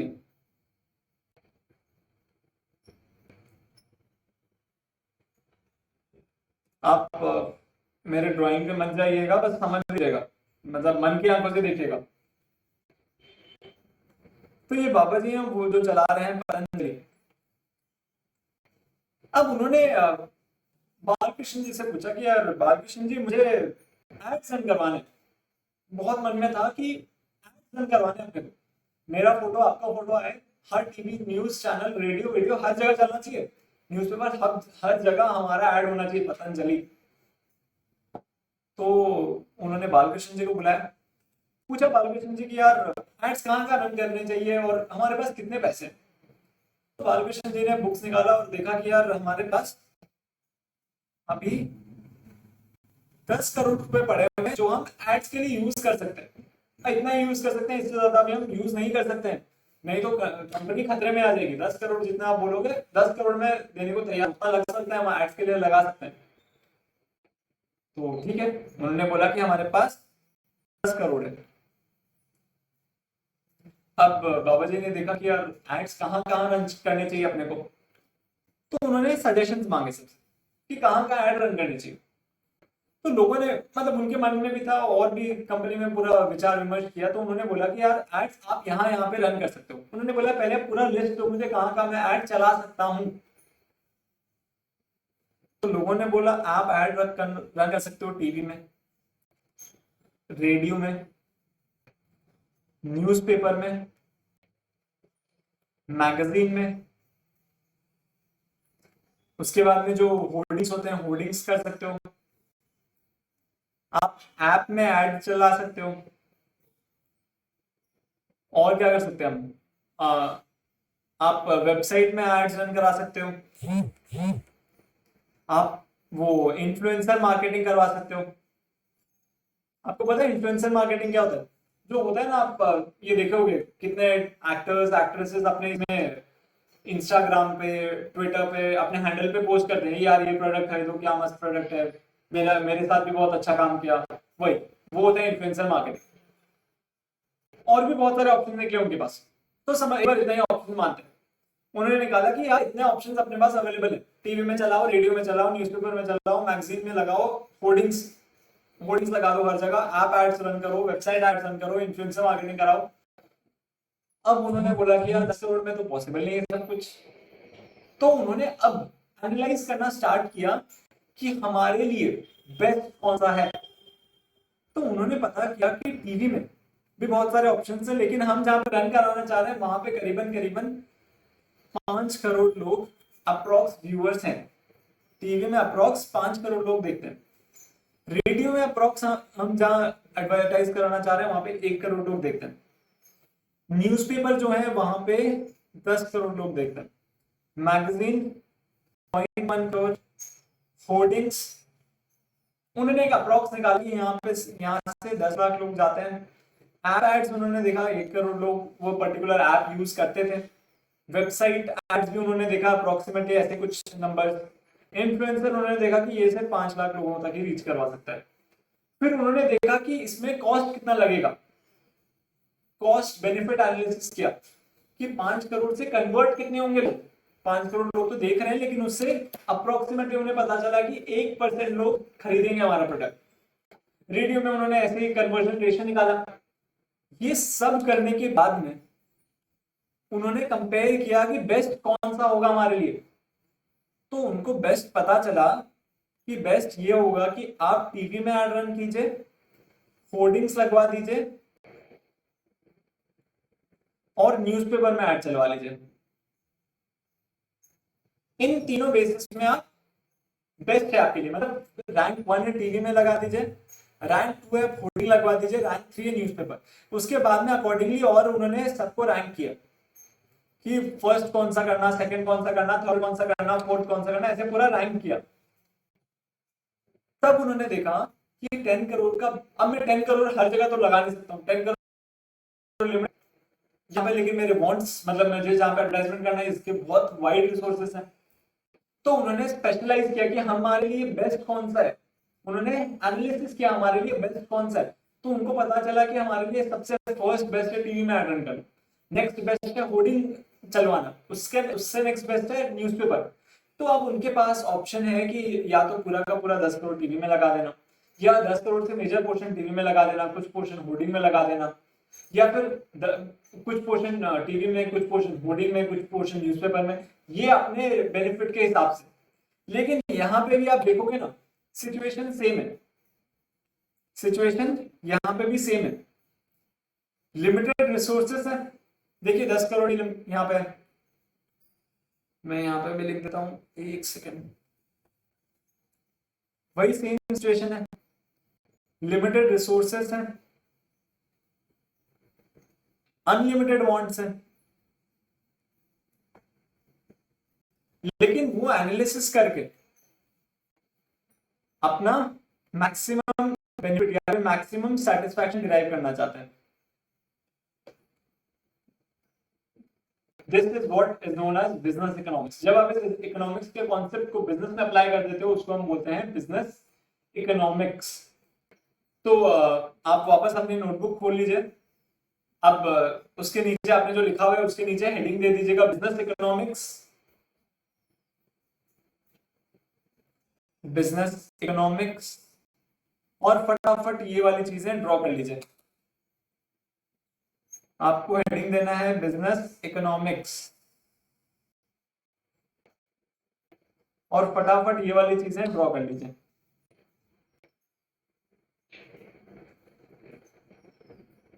जल्दी जल्दी कीजिएगा। और यहाँ पे जो लिखे हुए वो मैं आपको बता देता हूँ। TV, radio, newspaper, magazine, hoardings, ads, website ads, influencer marketing. App ad सब समझते हैं ना, जो आप कोई भी वो फ्री ऐप यूज करते हैं उसमें बीच में ऐड आ जाता है, वो सब। कितने सारे गेम्स में आता है, गेम्स में रेवेन्यू वहीं से तो आता है।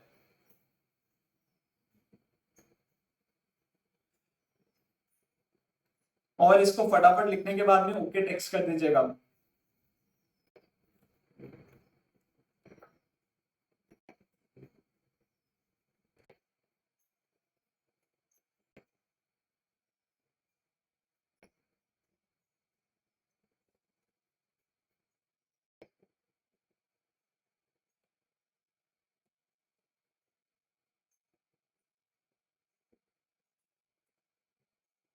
फटाफट लिखने के बाद में ओके टेक्स्ट कर दीजिएगा।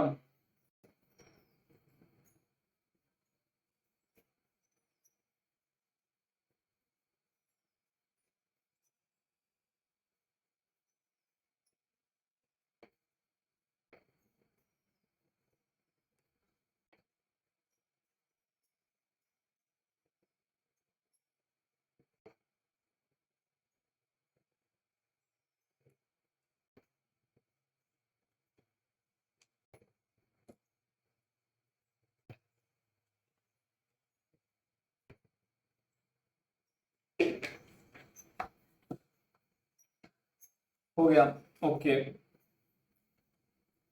ठीक है।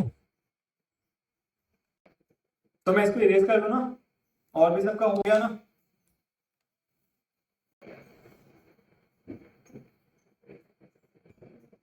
हो गया ठीक है, इसको इरेज कर देते हैं। चलिए अब इस इकोनॉमिक्स के कॉन्सेप्ट को और वाइड एप्लीकेशन करके देखते हैं, इंडियन गवर्नमेंट के लिए देखते हैं। देखिएगा सेम चीज इंडियन गवर्नमेंट भी यूज करती है, मतलब तो बिजनेस तो एक लिमिटेड एंटिटीज हैं, अब पूरे के पूरे कंट्री के लिए देखते हैं क्या कंट्री भी इकोनॉमिक्स को अप्लाई कर सकती है। तो सेम चीज कंट्री के साथ भी होता है। हमारे लिए तो भैया इंडिया ही पूरी वर्ल्ड है, तो इंडिया ही वर्ल्ड है हमारे लिए। अब इंडिया में देखिएगा, इंडिया गवर्नमेंट के पास पैसे कहां कहां से आते हैं। टैक्स कलेक्ट कर लिया, मतलब डायरेक्ट टैक्स, इनकम टैक्स, फिर जीएसटी, फिर आगे के ऑपरेशन से टैक्स वैक्स मेजर होता है, टैक्स टैक्स कलेक्शन, और फिर वो कुछ अमाउंट जैसे रॉयल्टी कलेक्ट करते हैं। इंडियन गवर्नमेंट के पास ये यहाँ से पैसे आते हैं, लेकिन आप देखना हमेशा इंडियन गवर्नमेंट होती ही रहती है, जब भी देख लो कि यार पैसा नहीं है। और इनको करना क्या क्या होता है इस पैसे के अगेंस्ट,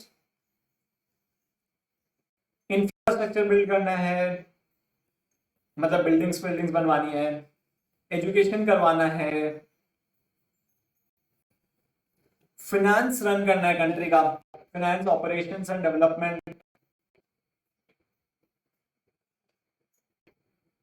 बिजनेस प्रमोट करना है, उसके बाद में और क्या होता है, वो रिलीफ मटेरियल्स के लिए कभी हेल्प करना है, फिर सोशल वेलफेयर में काम करना है, इलेक्ट्रिसिटी डिपार्टमेंट से एफर्ट पुट करने हैं। तो यहां पे भी आप देखोगे ना, इनके पास रिसोर्सेस हमेशा लिमिटेड होते हैं।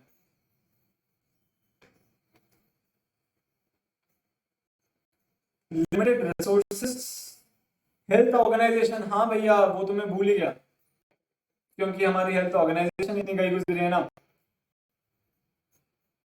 अनलिमिटेड वांट्स, एक सेकेंड मैं हेल्थ भी लिख देता हूं।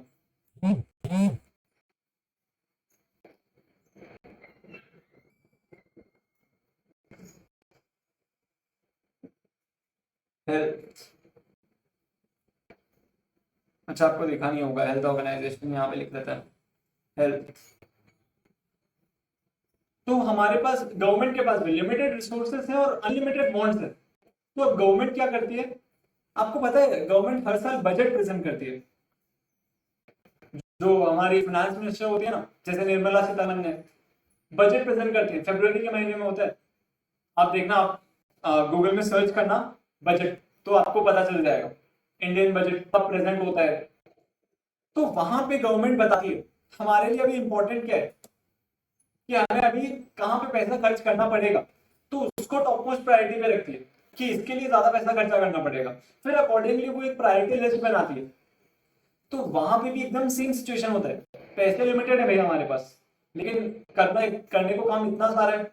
तो वो क्या करते हैं, वहां पे एलोकेट करते हैं कि हमारे लिए अभी बेस्ट क्या है, कंट्री के लिए बेस्ट क्या है, और उस बेसिस में वो एलोकेट करते हैं कि भैया अभी पहले ये काम करना है, फिर नेक्स्ट ये काम करना है, थर्ड ये काम करना है, या फिर फर्स्ट वाले के लिए इतना पैसा लगाना है, सेकंड के लिए इतना पैसा लगाना है, थर्ड के लिए इतना पैसा लगाना है।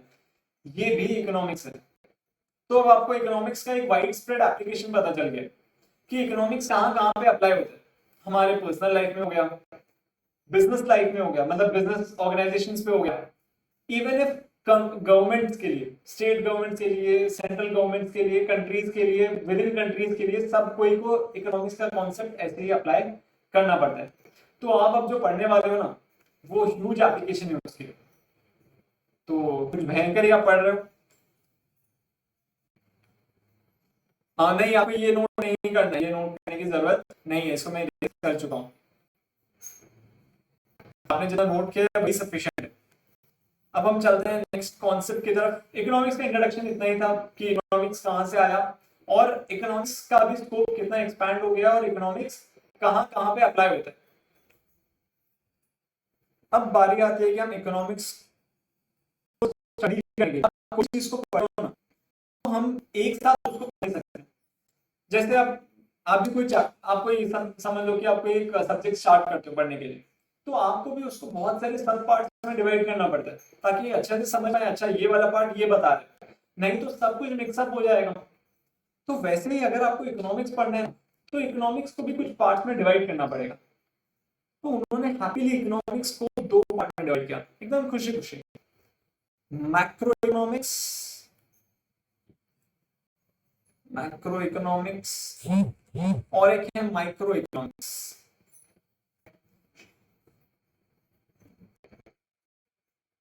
मैक्रो और एक micro.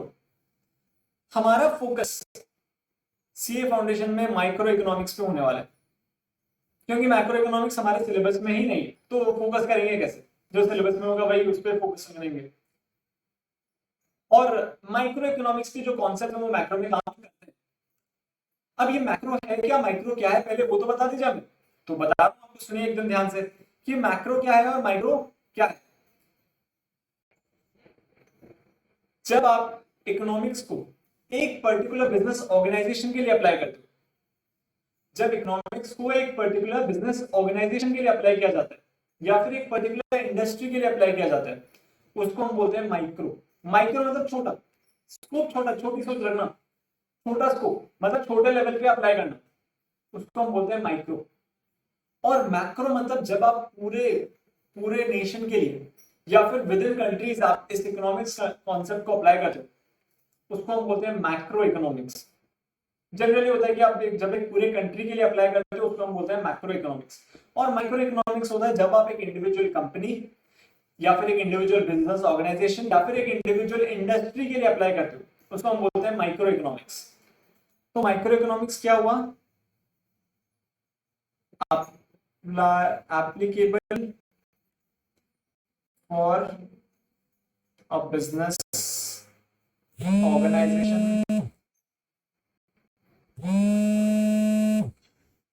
applicable for a business organization या फिर इंडस्ट्री। और ये मैक्रो इकोनॉमिक्स क्या होता है, applicable for the country as a whole.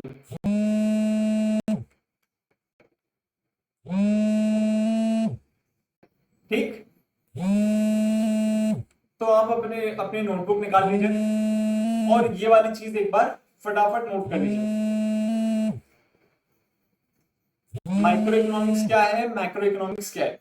Micro मतलब जब हम एक इकोनॉमिक्स के कॉन्सेप्ट्स को एक पर्टिकुलर बिजनेस ऑर्गेनाइजेशन या फिर इंडस्ट्री के लिए अप्लाई करते हैं उसको हम बोलते हैं माइक्रो इकोनॉमिक्स। और जब हम पूरे इंडस्ट्री मतलब पूरे नेशन के लिए अप्लाई करते हैं उसको हम बोलते हैं मैक्रो इकोनॉमिक्स। फटाफट एक बार इतना सा नोट कर लीजिए, हमें और भी इसमें लिखना है लेकिन एक बार इतना सा नोट कर लीजिए। और हमारा फोकस किस पे होने वाला है, माइक्रो इकोनॉमिक्स पे, क्योंकि हमारे सिलेबस में वही दिया हुआ है। और जब आप ये लेवल क्रॉस कर लेंगे, आप इंटर में चले जाएंगे, तो आपके पास माइक्रो इकोनॉमिक्स पढ़ने का भी स्कोप ज्यादा है। और होपफुली आप हमारे साथ ही रहें, तो मैं आपको माइक्रो भी पढ़ा रहा हूँ, मैक्रो भी पढ़ाऊंगा। आपने ये नोट कर लिया क्या, नोट कर लिया तो एक ओके भेज दीजिए।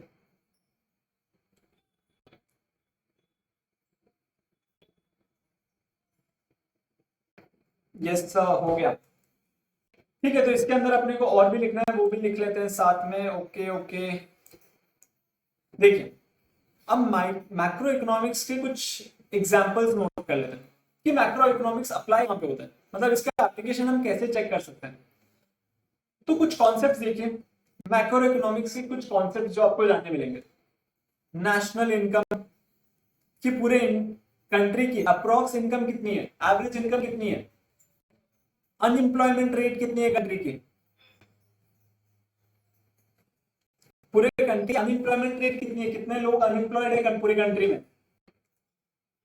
फिर उसके बाद में अपनी जीडीपी, पूरी कंट्री की जीडीपी कितनी है, इन्फ्लेशन रेट कितना है पूरी कंट्री में। आप न्यूज़पेपर वगैरह पढ़ते हैं क्या, या फिर आपने वो फोन में मनी कंट्रोल ऐप डाउनलोड कर रखा है, मनी कंट्रोल हो गया, या फिर और भी कोई न्यूज वाला। तो आप देख रहे हैं ये सब आप कॉन्सेप्ट ना, मतलब ये जो वर्ड्स मैं आपको बता रहा हूँ ये जनरली आप सुनते रहते हो। ऐसा वर्ड नेशनल इनकम या जीडीपी अभी रिसेंटली हुआ था।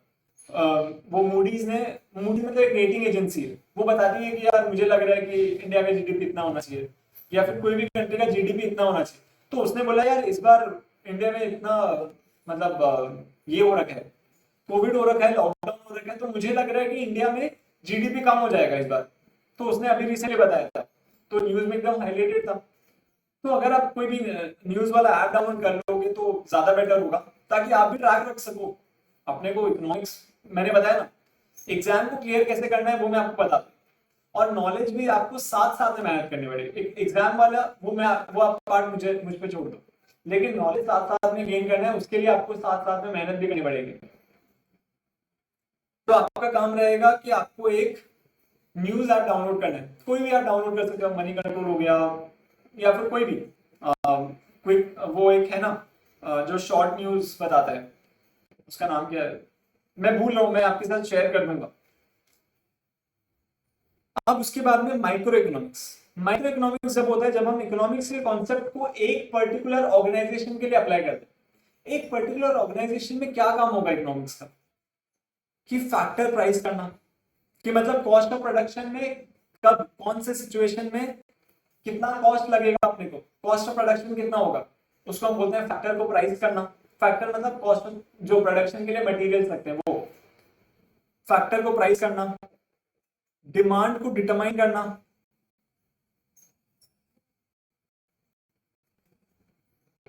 अपना डिमांड कितना होने वाला है। फिर कंज्यूमर बिहेवियर को समझना,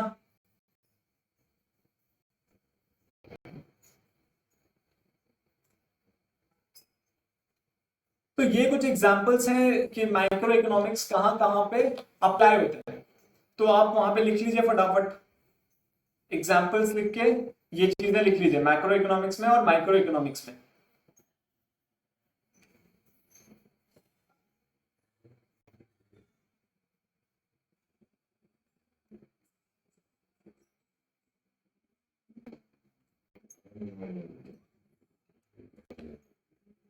आपने नोट कर लिया, रेस कर दो इसको।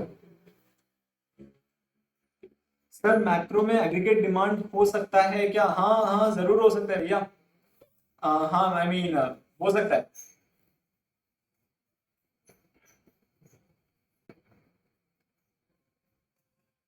एग्रीगेट डिमांड भी हो सकता है, लेकिन एग्रीगेट डिमांड में ना एक छोटा सा इशू है, जो हो सकता है कि वो मैक्रो में फिट होए या नहीं होए, लेकिन मोस्ट प्रोबेबली फिट हो सकता है। लेकिन एक छोटा सा इशू है कि वो हम चाहें तो उसको वहां से निकाल के मैक्रो में भी शिफ्ट कर सकते हैं। जब आप एग्रीगेट डिमांड एक पूरे नेशन के लिए होलली डिटरमाइन करते हो, जैसे जीडीपी है, वही है ग्रॉस डोमेस्टिक प्रोडक्शन, वो इसी एग्रीगेट डिमांड के फंक्शन में ही काम करता है, तब आप उसको बोल सकते हो कि भैया ये मैक्रो इकोनॉमिक्स है। लेकिन आप अगर एक एग्रीगेट डिमांड अपने प्रोडक्ट के लिए जानना चाहते हो कि प्रोडक्ट का डिमांड कितना है एग्रीगेट, वो भैया फिर माइक्रो इकोनॉमिक्स में आएगा। तो अगर मैं यहां पे भी लिख देता हूं aggregate demand for a product,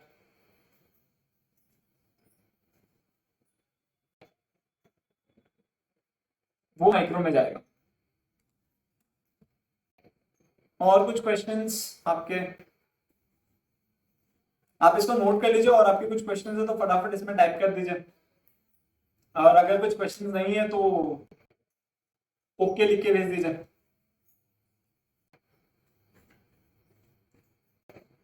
okay या फिर रॉक ऑन, आपको जो अच्छा लगता है। तो ओके, ओके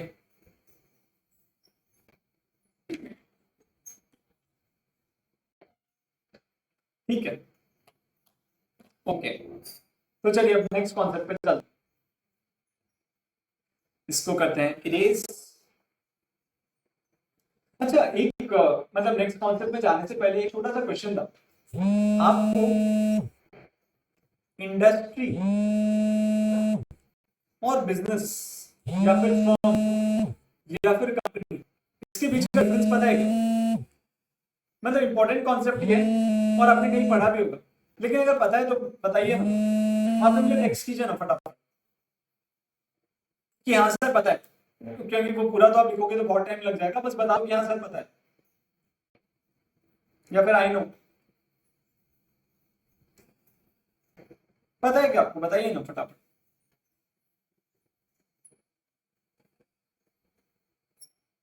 बता भी दीजिए, पता है तो बोल दीजिए हाँ आप सर पता है।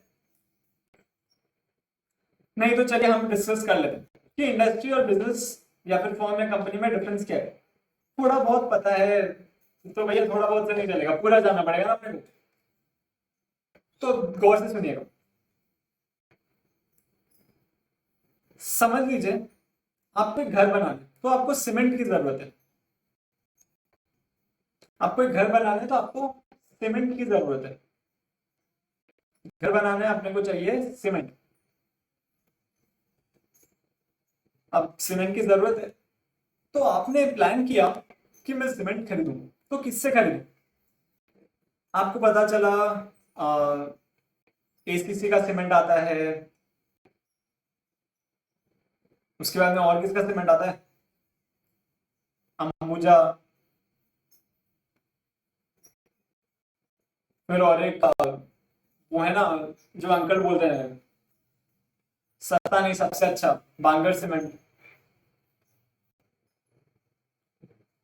अल्ट्राटेक। हाँ हाँ हाँ, सही बोला आपने, अल्ट्राटेक। तो ये सब कंपनीज है, आपने देखा कि यार ये सब कंपनीज का सीमेंट अवेलेबल है, तो आपने देखा कि एसीसी से खरीद सकता हूँ, अंबुजा से खरीद सकता हूँ, बांगर से खरीद सकता हूँ, अल्ट्राटेक से खरीद सकता हूँ। तो आपने देखा कि यार सीमेंट तो मस्त है यार, मतलब बिजनेस भी अच्छा ही है, लोग तो घर बनाएंगे। तो आपने प्लान किया कि मैं भी यार सीमेंट का बिजनेस कर लेता हूँ, घर में बनेगा बाद में, मैं भी सीमेंट का बिजनेस कर लेता हूँ। तो आपका नाम भी जुड़ गया, समझ रहे हमने चालू किया भाई सीमेंट्स, हमारा नाम भी यहाँ पे जुड़ गया। ऐसा आपने क्यों किया होगा? आपने देखा पूरे कंट्री में या फिर पूरे रीजन में या फिर पूरे इंडस्ट्री में, गौर से सुनिएगा बोल, पूरे इंडस्ट्री की डिमांड बढ़ रही थी, पूरे सीमेंट इंडस्ट्री की डिमांड बढ़ रही थी। तो आपको लगा इंडस्ट्री में से कुछ हिस्सा मुझे भी मिल जाएगा। मैंने क्या बोला? पूरे इंडस्ट्री की डिमांड बढ़ रही थी, इसका मतलब इंडस्ट्री, ये पूरी सीमेंट इंडस्ट्री है और ये सब उसके अंदर जो है कंपनीज हैं या फिर बिजनेस ऑर्गेनाइजेशन। तो हम बोलते हैं पूरा का पूरा सीमेंट इंडस्ट्री, मतलब सारी कंपनीज या सब फर्म्स को मिलाते हैं, उसको हम बोलते हैं सीमेंट इंडस्ट्री। और एक एक इंडिविजुअल, मतलब एसीसी एक कंपनी, लेकिन वो सीमेंट इंडस्ट्री में आती है, तो ये सब मिलके सीमेंट इंडस्ट्री फॉर्म करते हैं। तो पूरे देश में जितने भी कंपनीज हैं वो सब मिलके सीमेंट इंडस्ट्री फॉर्म करते हैं, लेकिन हर एक एक कंपनी या फिर फर्म वो अलग है, उसको हम बोलते हैं बिजनेस ऑर्गेनाइजेशन। तो अब क्लियर है आपका डाउट कि इंडस्ट्री मतलब पूरे के पूरे सारे कंपनी, सारे फर्म, सारे बिजनेस ऑर्गेनाइजेशन को जब मिला देते हैं तो अब इसको हम बोलते हैं सीमेंट इंडस्ट्री, और हर एक एक इंडिविजुअल है बिजनेस ऑर्गेनाइजेशन। क्लियर है आपका डाउट? आपको अब समझ में आ जाएगा बिजनेस फर्म क्या होता है और इंडस्ट्री क्या होता है। अब आपको कोई बोलेगा कि यार सीमेंट इंडस्ट्री में बहुत ग्रोथ आ रही है, तो आपको समझना है कि अब वो बोल रहे हैं कि पूरे देश में सीमेंट की डिमांड बढ़ रही है, और अगर वो बोलता है कि यार एसीसी का डिमांड बहुत बढ़ रहा है, तो आपको समझना पड़ेगा एसीसी का, सिर्फ एसीसी के सीमेंट की बात कर रहा है वो, एसीसी का सीमेंट का सेल बढ़ रहा है। यस सर, पूरा क्लियर है।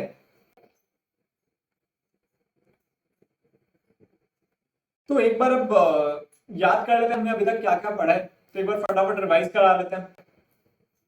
सबसे पहले हमने जाना कि इकोनॉमिक्स डिराइव कहां से हुआ। हिस्ट्री एंड डेरिवेशन आपको नहीं दिखाना है, एक सेकेंड।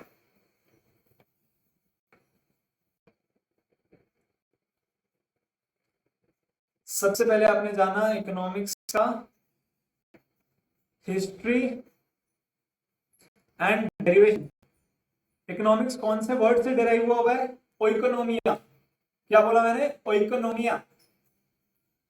उसके बाद में हमने जाना फादर ऑफ इकोनॉमिक्स कौन है, और उन्होंने कौन सी बुक लिखी है। कौन है father of economics? Adam Smith. और उनका बुक कौन सा है? Wealth of Nations. फिर हमने जाना कि इकोनॉमिक्स क्या होता है। फिर हमने इस इकोनॉमिक्स को बिजनेस में अप्लाई किया, जिसको हमने कहा बिजनेस इकोनॉमिक्स। आप इकोनॉमिक्स गवर्नमेंट में अप्लाई करते हो, उसको गवर्नमेंट इकोनॉमिक्स नहीं बोलते, तो वो कुछ नहीं है। वो बस मैंने आपको अप्लाई करके दिखाया कि स्कोप देखिए, बहुत बड़ा स्कोप है इसका। उसके बाद में हमने क्लासिफाई किया इकोनॉमिक्स को macro and micro economics.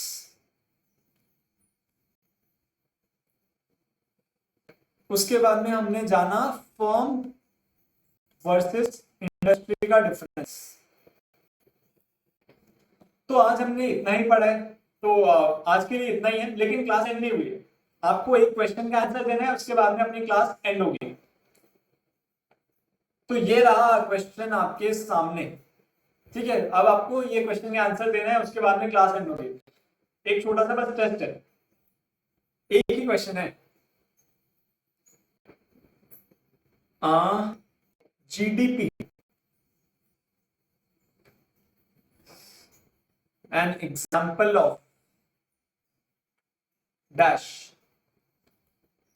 a macro economics, b micro economics।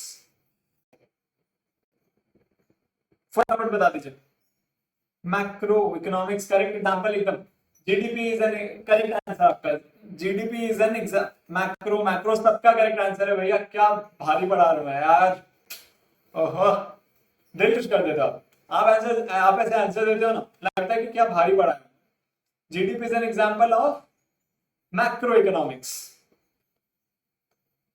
तो अब आज की क्लास यहीं पे एंड होती है। बस मैं आपको बता देता हूँ नेक्स्ट क्लास में हम क्या करने वाले हैं। नेक्स्ट क्लास में हम स्टार्ट करने वाले हैं चैप्टर 2।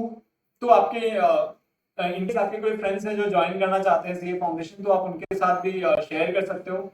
ऐप का लिंक आप शेयर कर देना, ताकि ये क्लास भी आपको ऐप में मिल जाएगी, ये क्लास ऐप में अपलोड हो जाएगी, तो वो इसका बैकअप ले सकते हैं। तो आप उनको बता सकते हो कि यार आपको क्लास अगर अच्छी लगी तो आप उनको जरूर बताइएगा, और आप उनको बता दीजिएगा कि वो फर्स्ट क्लास कर सकते हैं, ऐप पे अवेलेबल है। और मैंने इसको मतलब अनलॉक कर दिया, तो कोई देख सकता है इस क्लास को। प्लस हम नेक्स्ट क्लास में स्टार्ट करने वाले हैं चैप्टर 2।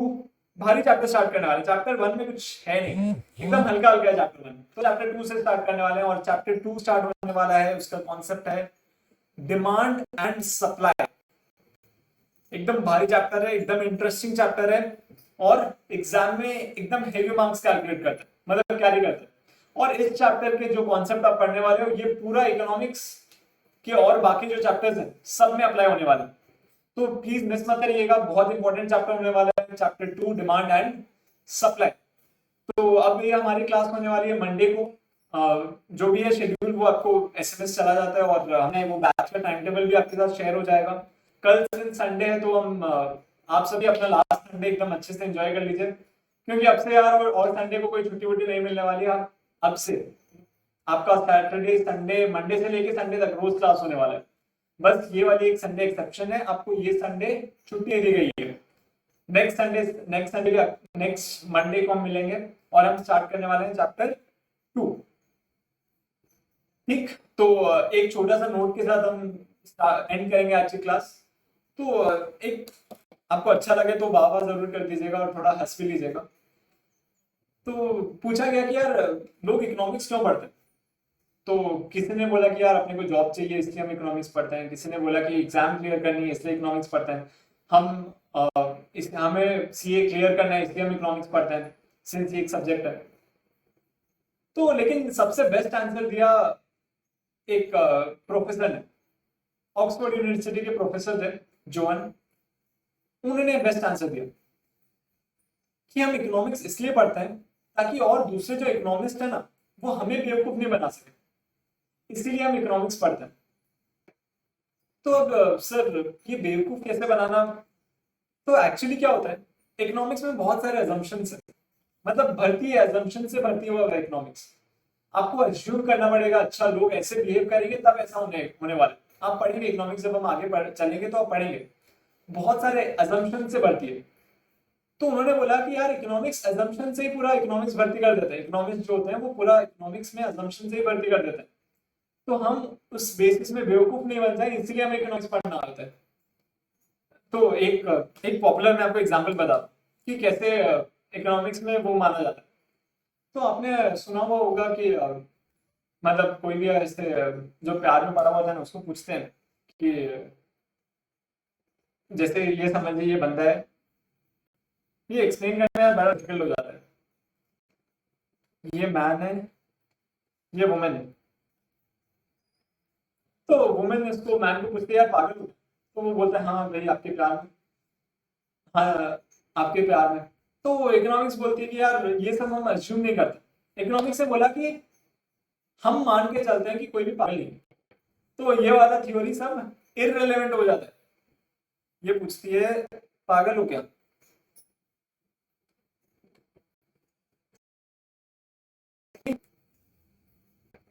आपके प्यार में। तो ये इकोनॉमिक्स बोलती है कि यार आप अगर पागल हो तो इकोनॉमिक्स का एक भी कॉन्सेप्ट आप पे अप्लाई नहीं होगा। इकोनॉमिक्स ने स्पेसिफिकली बता रखा है कि हमारे कॉन्सेप्ट इरैशनल ह्यूमन बीइंग पे अप्लाई नहीं होंगे। तो बहुत सारे assumptions हैं जो आपको सहन करने पड़ेंगे, कुछ आपको अच्छे लगेंगे, कुछ आपको लगेंगे कि यार उन्होंने कुछ भी बता दिया है। तो ऐसे बहुत सारे assumptions हैं, लेकिन ऐसे ही इकोनॉमिक्स की थ्योरी है, ऐसे ही आपको पता चलेगा कि लोग कैसे बिहेव करते हैं। एक लेकिन चीज श्योर है, आपको पता जरूर चलेगा कि लोग कैसे बिहेव करते हैं, कैसे साइकिल्स हैपन होते हैं। मतलब आपने देखा होगा कि स्टॉक मार्केट में एकदम प्राइस फ्लक्चुएट एकदम ऊपर चला गया फिर एकदम धड़ाम से गिर जाता है, आपको वो सारी चीजें पता चलेगी क्योंकि ये सब कुछ इकोनॉमिक्स के कॉन्सेप्ट के साथ रिलेटेड है। तो होप आपको फर्स्ट क्लास में बहुत एंजॉय, आपको बहुत अच्छा लगा, आपने बहुत कुछ सीखा। तो आज की क्लास एंड करते हैं। Thank you so much. तो हम मिलने वाले मंडे को, आपके साथ वो बैच का शेड्यूल शेयर कर दिया जाएगा। Thank you so much, meet you soon on Monday. Thank you thank you. First chapter कब पढ़ाएंगे, फर्स्ट चैप्टर आपको बहुत जल्दी पढ़ा दिया जाएगा। मतलब जब इकोनॉमिक्स के पांचों चैप्टर कंप्लीट हो जाएंगे, चैप्टर 2 3 4 5 कंप्लीट हो जाएगा, तब जाके हम चैप्टर 1 पढ़ेंगे। क्योंकि चैप्टर 1 में कुछ भी नहीं है, एकदम बेसिक सी चीजें भरी हुई है जो आप ऑलरेडी सब चैप्टर्स में कवर कर चुके होंगे। तो चैप्टर 1 हम क्लास में करेंगे लेकिन एंड में करेंगे। तो और कुछ डाउट्स वगैरह, या फिर आज की क्लास हम यहीं पे एंड करें।